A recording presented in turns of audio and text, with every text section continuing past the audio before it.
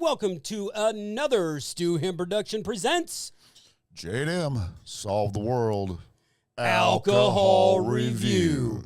Coming to you live from the first ever J&M Bar and Lounge.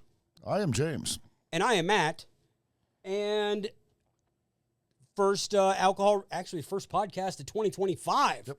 We are starting season four. God, Fuck. why ain't we millionaires yet?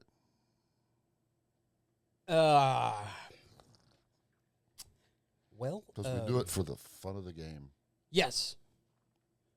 Okay. So what you can expect going forward from the bar and lounge, not only are we going to do a review of an alcohol, but we're going to come at it with two different stogies every single time, and we're going to try and figure out which one is good, which one isn't. But something that is going to be different this year, where to go? Where's your ice tongs? There you go. Well, they're tongs, nonetheless. We are not going to do shots. Well, we're going to do shots, but it's not going to be out of shot glasses, and then we go and, I wonder what this tastes like on ice. Because that's what we always do is go, I bet this would be really good cold.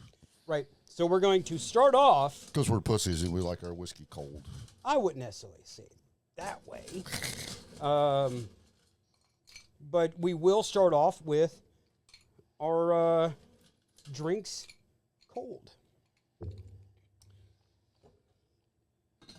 mean, why have a bar set if you're not going to use it? Exactly. But So what do you have that we're going to be reviewing tonight? For the first time ever, we are actually going to do a Mezcal. It is called Silencio. I don't know. Hang on. Put your eyes on. I am 51 now. Oh, no. Yes. El Silencio. Little Sinkdale? Yeah. It's We're probably Bottom? butchering that. Oh, I'm sure. It is, let's see here. Product of Mexico.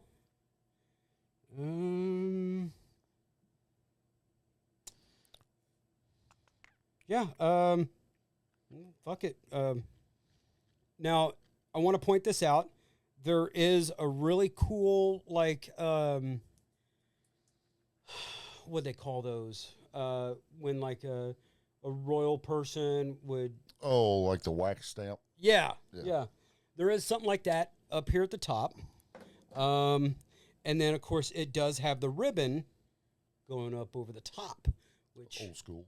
yes. Oh, It's a screw top. Boom. son of a bitch. 1 point deduction. Yeah. We'll go for the smell test.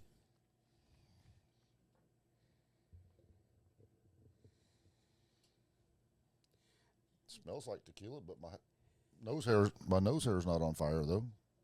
You know, it almost smells like agavero. A little bit, yeah. Oh, wow. Fuck it. One right there. The first and maybe last alcohol review of 2025. No. At least till next time. Yeah. Now, you know, if you've been following the channel, which of course I know you all have been, and you've seen our previous alcohol reviews, we don't really do a lot of Blanco tequila. No. A lot of it is more reposado, añejo, liqueur flavored. But while this is chilling, And we've already got our stogies cut. Get that in there. You could kind of call it a first taste. As we fillet our cigars. Yeah. Oh, there we go.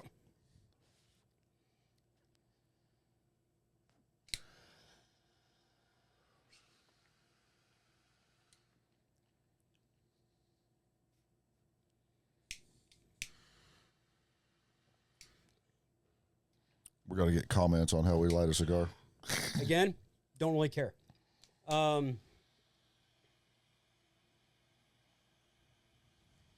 you will notice that behind us, we've got a custom mirror right up here that was done by James. And, of course, we have our brand new sign that says, cold drinks only, good combos always, and get ya pool. We got our Skull Brothers back, an old personalized license plate that belonged to James, and a fitting bottle to be displayed up there, which, of course, it will change every time. But the rock and roll mango tequila bottle or the rock and roll tequila bottles are just fucking awesome. They got, the mango and a strawberry? Mango, strawberry, Cristiano, and then the Cristiano actually comes in 2 different bottles. They've got a white bottle, like that one, and then or a clear, and then they've got a white Flying V. I've seen that one. Yeah. Yeah. But, some of the things that you can look forward to, again, we're sticking with the blue collar type alcohols. You may find us doing a big name brand, but it's like a one-off. Yeah. I'll say this. We've had several people tell us, because of the Orgasmatron Yes. salty caramel whiskey from Motorhead that we tried, said, oh, you got to try this name brand salty caramel. Right. And we are going to do it. There's an Irish whiskey that's name brand that we will try. It's just... But not the normal one. They've got a different barrel. Right. And these are like one-offs, or they're flavored, they're barreled differently. There's just something different about them. Now, I will say this, and James will back me up on this. You will never, ever see old number 7 on this podcast. Nope. Sorry, Undertaker and BSK members that drank a shitload of that stuff. Don't like it. More power to you. Yeah. Just not our thing. No, not at all. There's a lot of other name brand whiskeys out there that I would rather have than old number 7. Right. And again, it may be something that you see. I did drink it one time. Maybe not even flavored, but just like one-offs, or not necessarily one-offs, but like, okay, example. Jim Beam's Devil's Cut. Right. Or the Angel's Cut, or whichever one. Devil's Cut, I'm pretty sure. Yeah. Millie Kunis used to be on that. Mia Kunis? Mia Kunis, yeah. Didn't she do the commercials for that? Yeah.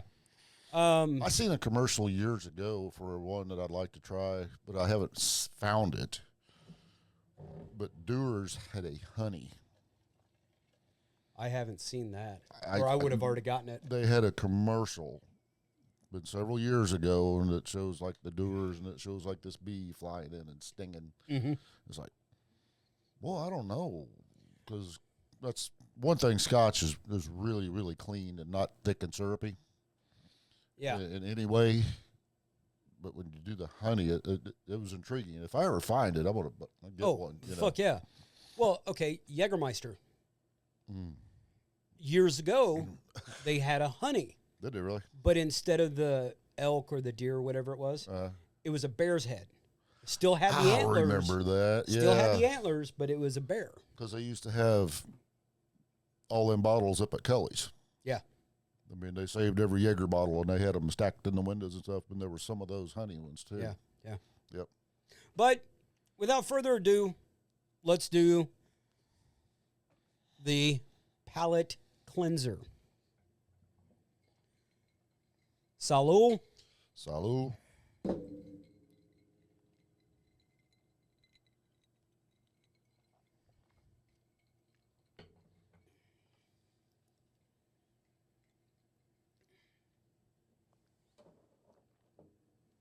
Yeah, let's move that back here.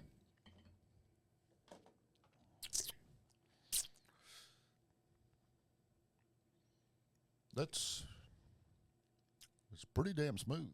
Yeah. I was expecting Harsh. kind of a lighter fluid, rubbing alcohol. Of a lot of tequilas. Yeah. Especially this one organization I belong to that we do a tequila shot before every meeting. It's like, where'd you get that shit? Yeah. But that's how I discovered the Peligroso. and the agavero. Agavero. Yeah. Yeah, whatever. Yeah. We've been saying it agavero for so long, and then we actually find out that it's pronounced agavero, and now it's like you actually got to sit there and think about it before you say it. It's like, where's the A in the enunciation? Well, it's like anejo. Yeah. You look at it, and it looks like Año. Año. Yeah. But it's anejo. You got to remember, Spanish, their vowels are pronounced different. All their vowels have, and I can't remember off the top of my head. It's been a long time since ninth grade Spanish class. I never took Spanish, but I basically didn't. Yeah, I was there for a year, but now teacher kind of sucked. But there's one language that is synonymous around the world. Bullshit. No. Benjamin Franklin. Yeah. That $100 bill.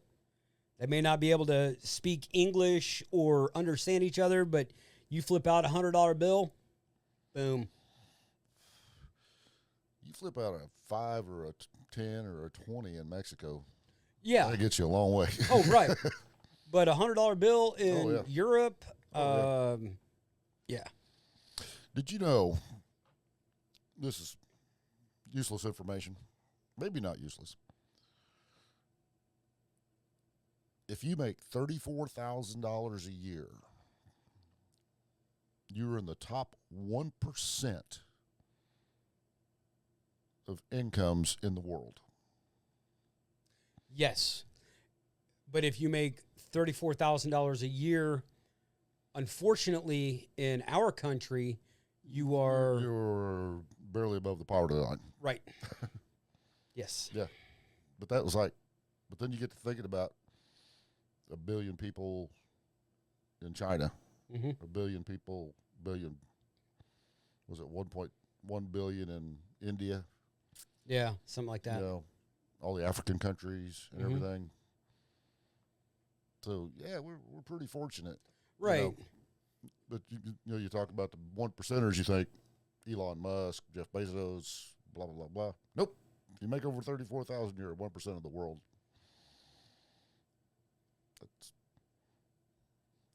That's not bad. Useless information. But, right. So if you can make what you make here but live there and not be worried about getting shot or ate by cannibals. Or dysentery, right. Parasites. Breaking your arm and dying from infection because there's no hospital. Right. Yeah. I'll stick with our high taxes and shit here. Taxation is theft. But we got to have roads and schools and police departments and fire departments. Right. I got no problems with that. I mean, the biggest chunk of my property tax goes to Bolivar R1 School District, and I don't have a dog in that hunt. Right. Haven't had since I went there. You got a point. But we've rambled. Let's go. Final test, final drink, and in Spanish. Salud. Salud.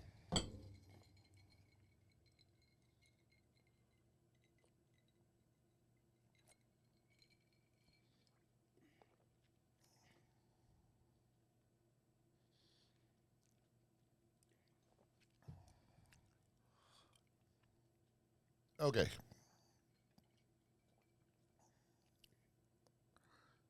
It's an acquired taste, Yeah. but I think I could acquire it. Well, but that goes with a mezcal. Yeah. Um, it's not rough at all. No. I mean, it looks like water. It's not as smooth as water, but it's pretty damn close. I'll tell you this. I didn't take a drag off the cigar before taking the drink the second time. Right.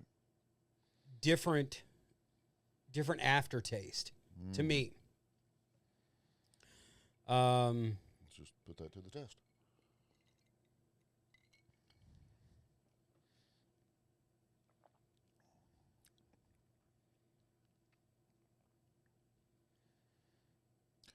Yeah, there's like a little more, and I can't put my finger on the flavor I'm getting. Yeah, it's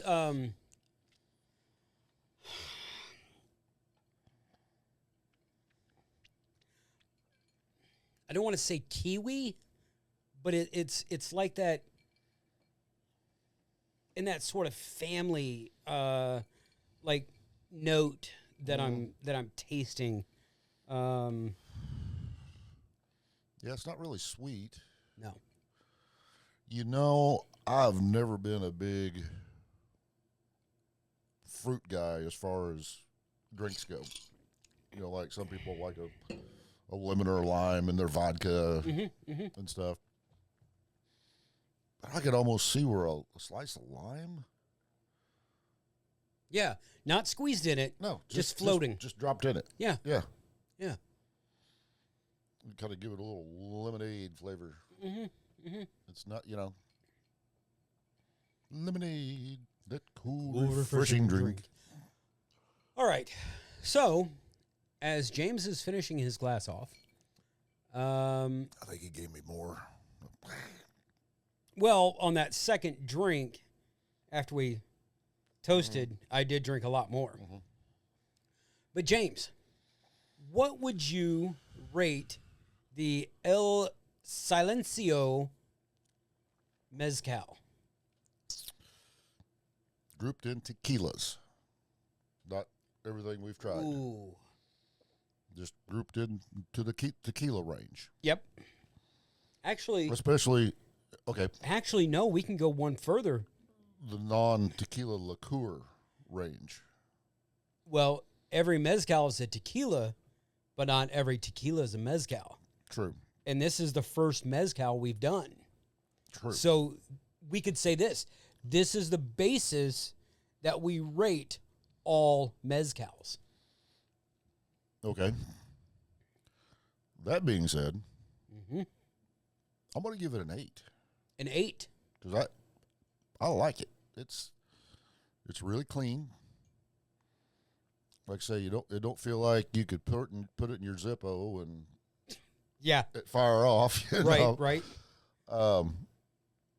But yeah, I mean, it's not overpowering. It's got a nice flavor to it. Yes. It doesn't, like I say, it doesn't burn. Because a lot of times you can do a shot or whatever, and you're okay until you take that first breath, and then it's like you get hit with a blowtorch. Right. This here, it's just good. I mean, okay, Mezcal, I give it an 8. You're going to go with an 8. Yep. Not to ride your coattails or, he's going to always agree.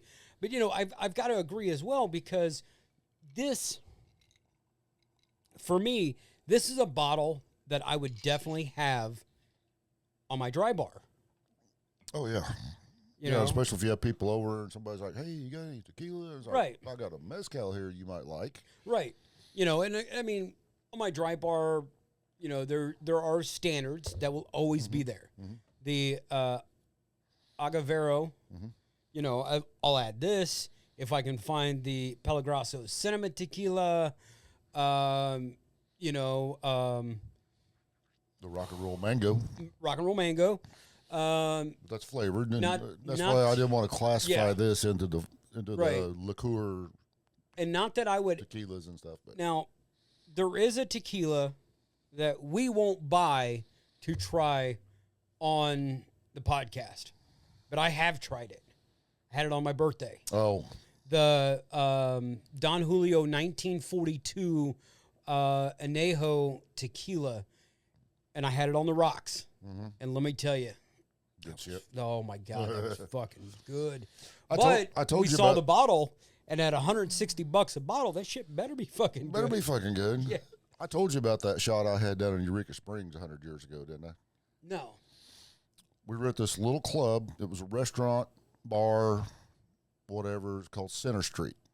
Don't know if it's still there or not. This was in 1997.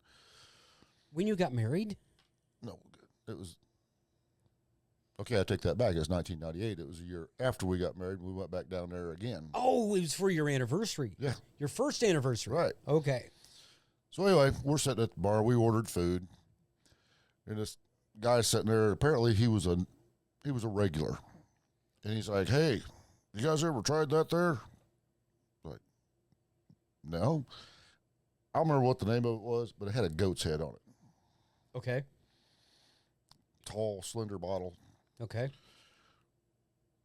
He told the bartenders, like, "Yeah, give us 3 shots here."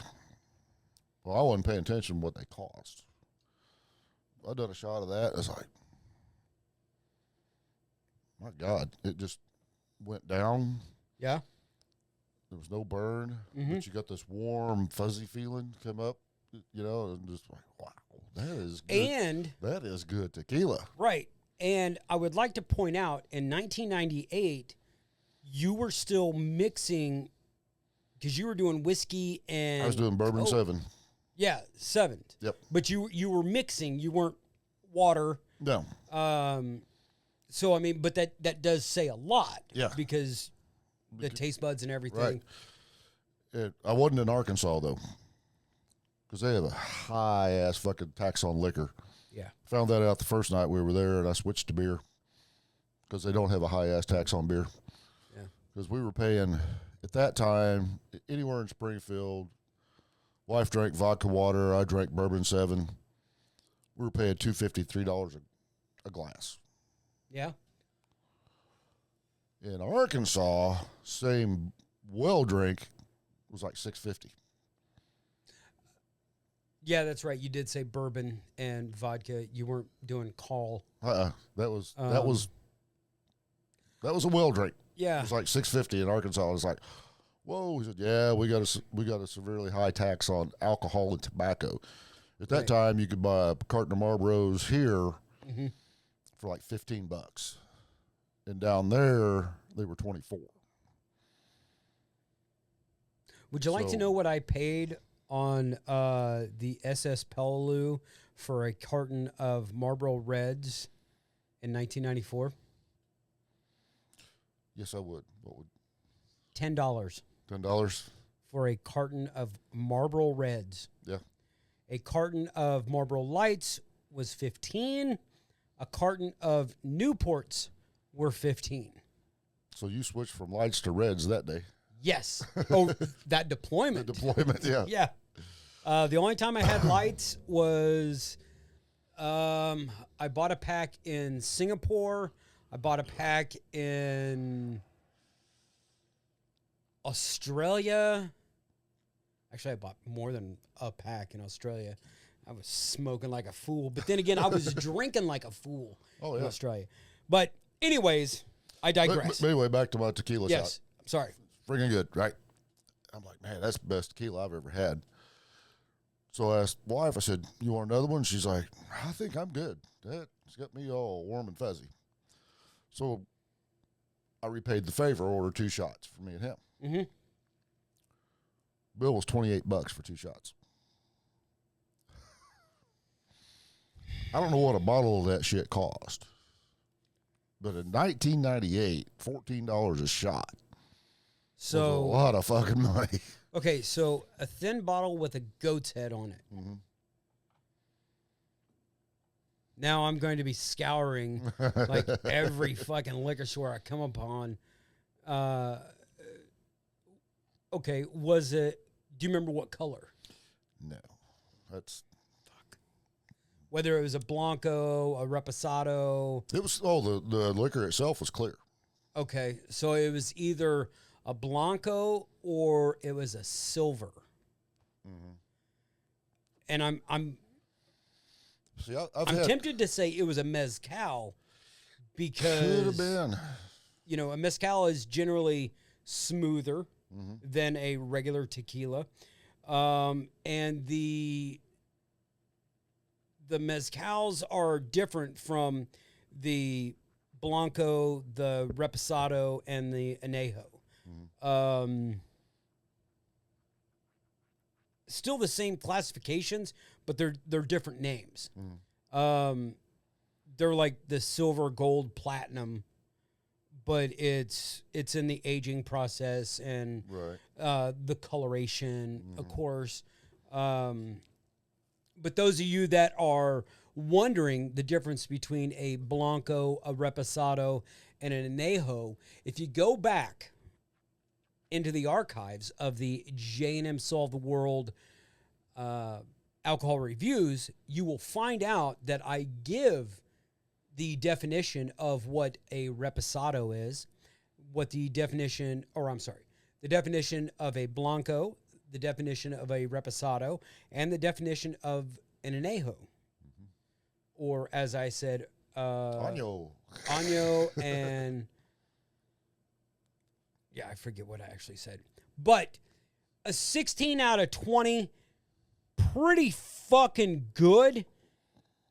And for... Like we talk about, it can be a nice, chill it out.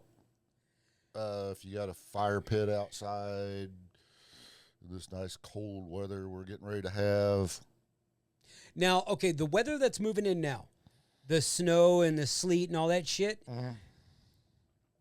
this would be something that I would want clean while sitting in a hot tub.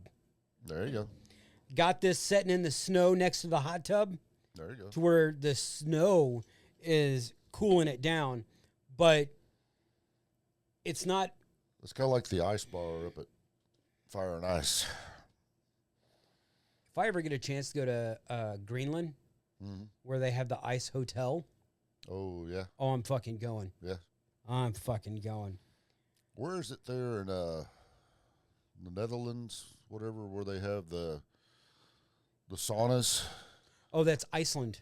and then you go outside and The like the polar plunge. yeah, Iceland. yeah. Yeah.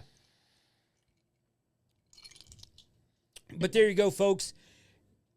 For the very first podcast of 2025, you got a 16 out of 20, and you have just watched a brand new episode of Stu Ham Productions Presents J&M, Solve the World. Alcohol Review. Coming to you live from the J&M Bar and Lounge. And on behalf of James and myself, you have a happy new year. Make sure it's safe, but you keep one fist in the gold, one foot in the gutter. And we will be seeing you. Peace.